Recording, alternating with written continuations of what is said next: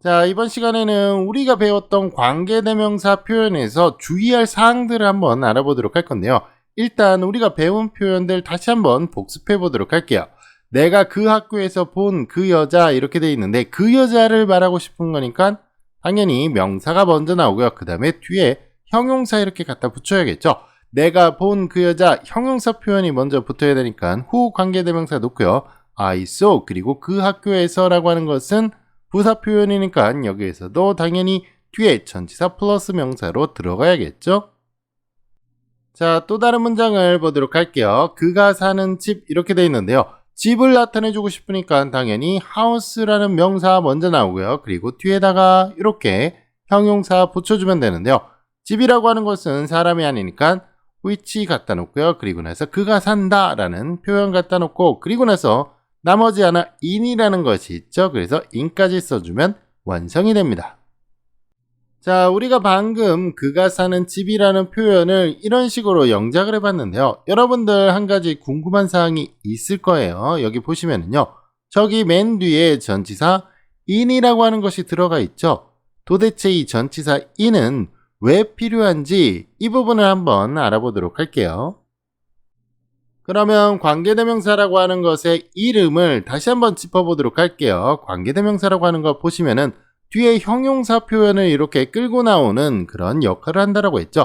이 관계대명사라고 하는 것은 당연히 앞에 있는 명사와의 의미관계를 갖고 있고요. 그리고 뒤에 있는 형용사 문장에서는 대명사의 역할을 해준다라고 했습니다. 그렇기 때문에 이 뒤에 있는 문장에서 이렇게 he라고 하는 대명사로 쓰이기 때문에 이름 자체가 관계대명사라고 불린다라고 했죠. 자, 그러면 여기 있는 문장도 마찬가지로 확인해 보도록 할게요. 그가 사는 집이라는 표현에서 관계대명사는 뒤에 형용사를 끌고 나오는 역할을 해주고요. 이 관계대명사는 앞에 있는 명사와의 의미관계를 갖는다라고 했죠. 그리고 뒤에 있는 형용사 문장에서는 대명사의 역할을 한다라고 했습니다. 자, 그렇기 때문에 이 which라고 하는 것은 it이라고 하는 것으로 대체시킬 수가 있는데요. 이 it이라고 하는 것이 들어가야 될 자리는 바로 이렇게 뒤에 전치사 뒤에 있는 자리라고 할 수가 있겠죠. 그래서 그는 삽니다. 어디에서 살아요? in it 그것 안에서 산다. 그 집 안에서 산다라는 표현이 돼야겠죠. 그렇기 때문에 전치사 in이 있어야 되는 것은 당연한 것이라고 할 수가 있습니다. 자, 이렇게 우리가 알아봤는데요.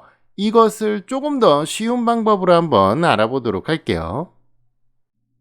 결과적으로는 똑같지만 좀 더 쉬운 방법 알아보도록 할게요. 제일 먼저 관계대명사를 생략해 줍니다. 그리고 나서 앞에 있는 명사를 이렇게 뒤에다가 보내주는데요. 이렇게 되면요. 그는 산다. He lives. 그 다음에 당연히 in이라고 하는 것이 있어야겠죠. 그래서 in the house. 여러분들 in이 들어가야 된다는 것을 너무나 쉽게 알 수가 있겠죠. 앞에 있는 방법보다는 더 쉬우니까 여러분들은 이 방법으로 확인을 하시는 것이 좋겠죠.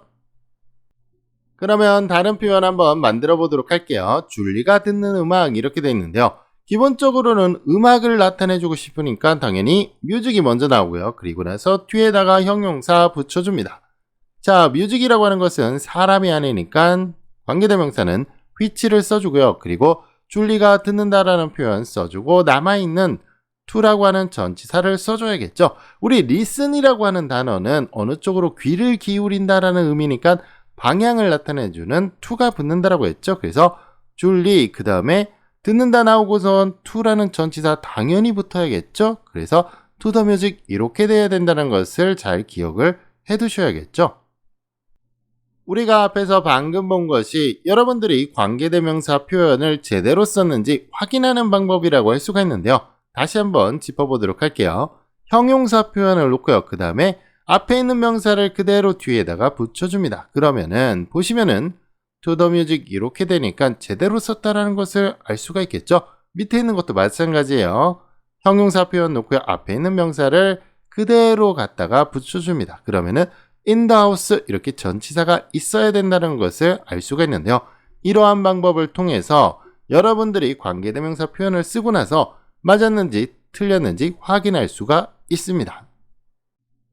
그러면 두 문제 정도 풀어보면서 우리가 한 표현이 제대로 됐는지도 한번 확인해 보도록 할게요. 우리가 지난주에 했던 그 게임들 그 게임들을 말하고 싶은 거니까 당연히 이게 먼저 나온다라고 할 수가 있고요. 그리고 나서 뒤에다가 형용사 붙여줘야겠죠. 게임이라고 하는 것은 사람이 아니니까 당연히 which를 써주고요. 우리가 했던이라는 표현 형용사가 되니까 we played 갖다 놓고 지난주에라는 표현은 그냥 그대로 부사로 붙여주면 되겠죠.